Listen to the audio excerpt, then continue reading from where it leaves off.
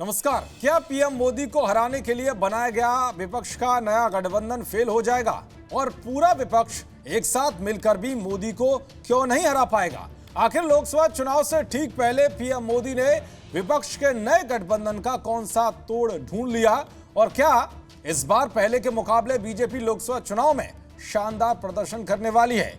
और क्या विपक्ष गठबंधन का इंडिया नाम रखकर फंस गया है? और सबसे बड़ा सवाल, क्या विपक्ष का ये गठबंधन चुनाव तक टिक पाएगा? आपको इन सारे सवालों के जवाब तथ्यों और सबूतों के आधार पर देंगे। सबसे पहले बात करते हैं उस सिग्नल की जो विपक्ष के नए गठबंधन के फेल होने की ओर इशारा करता है। दरअसल विपक्षी दल इस बार बीजेपी को हराने के लिए पूरे जी जान से लगे हुए हैं। इसीलिए 26 दलों ने मिलकर इंडिया नाम का नया गठबंधन बनाया है। लेकिन गठबंधन के नाम का ऐलान होने के बाद से ही कैसे नेताओं के बीच मतभेद सामने आ रहे हैं, उसे भी पूरा देश अच्छे से देख रहा है। यानी कि चुनाव से पहले ही गठबंधन में फूफा की तरह नेता नाराज होने लगे हैं।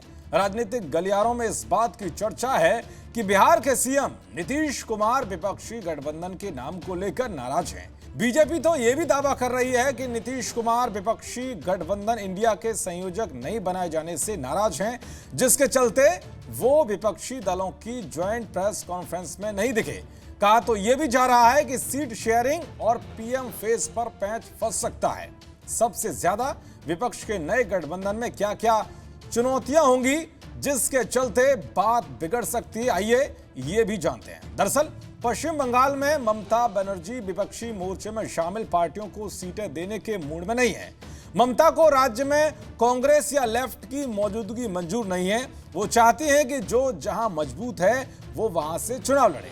टीएमसी बंगाल में मजबूत है, इसीलिए वो राज्य में चुनाव लड़ेगी। अगर ममता का यही रुख रहता तो पेच फंस सकता है।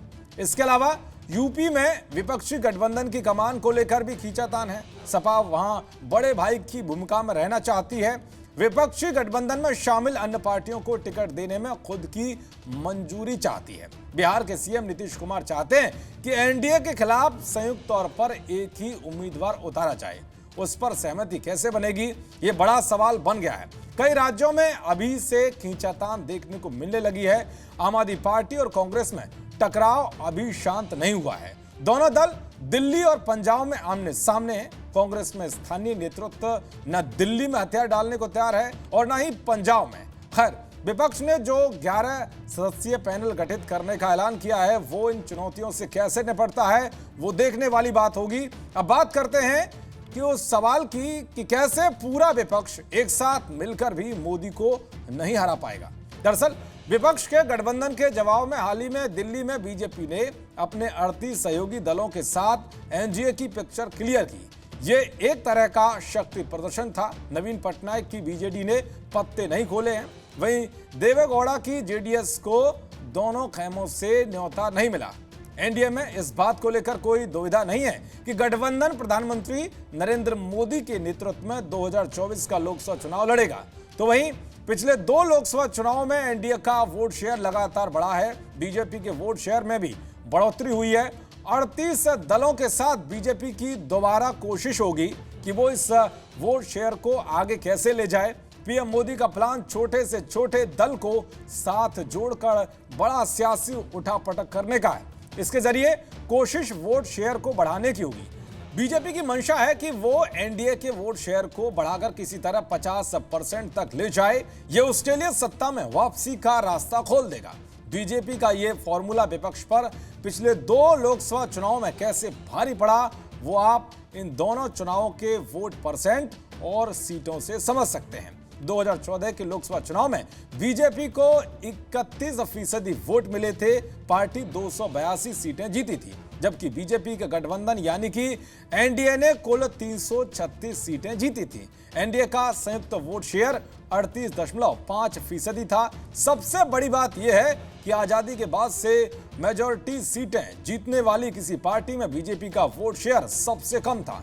अगर बात 2019 के लोकसभा चुनाव की करें तो बीजेपी के नेतृत्व में एनडीए ने दोबारा सत्ता में वापसी की। इस बार जीत और प्रचंड थी। इस लोकसभा चुनाव में बीजेपी का कुल वोट शेयर 37.4% था, यानी 2014 के 31.34% से 6% ज्यादा। वहीं राष्ट्रीय जनतांत्रिक गठबंधन ने 45% वोट शेयर हासिल किया।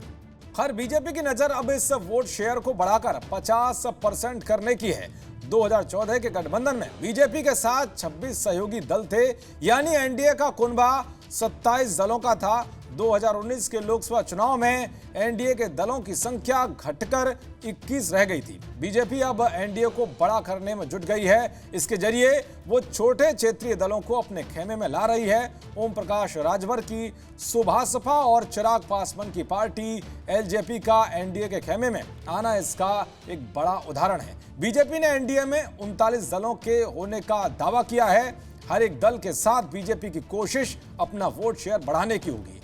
कुल मिलाकर साफ है कि बीजेपी ने भी विपक्ष के गठबंधन को तगड़ा जवाब और पहले से भी ज्यादा सीटें जीतने का प्लान बना लिया है। यह प्लान कैसे विपक्ष पर भारी पड़ता है, यह देखने वाली बात होगी। नमस्कार। जी न्यूज़।